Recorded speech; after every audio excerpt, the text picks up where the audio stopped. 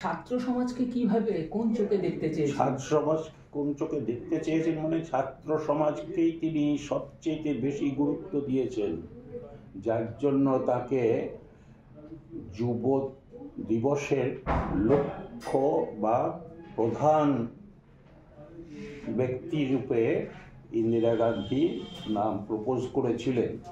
এবং যার নামেতে, যার ভাবেতে, যার আদর্শতে মরা মানুষ জেগে ওঠে, যুবকদের বহু বহু বহু ঘটনা আছে।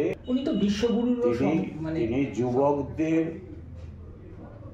উত্তরণের জন্য বলেছেন, আমার আগমনই হচ্ছে সমস্ত বিশ্বের মানুষের উত্তরণের জন্য, তাদের মহান লক্ষ্যে এগিয়ে যাওয়ার জন্য পথ দেখাতে আমি এসেছি।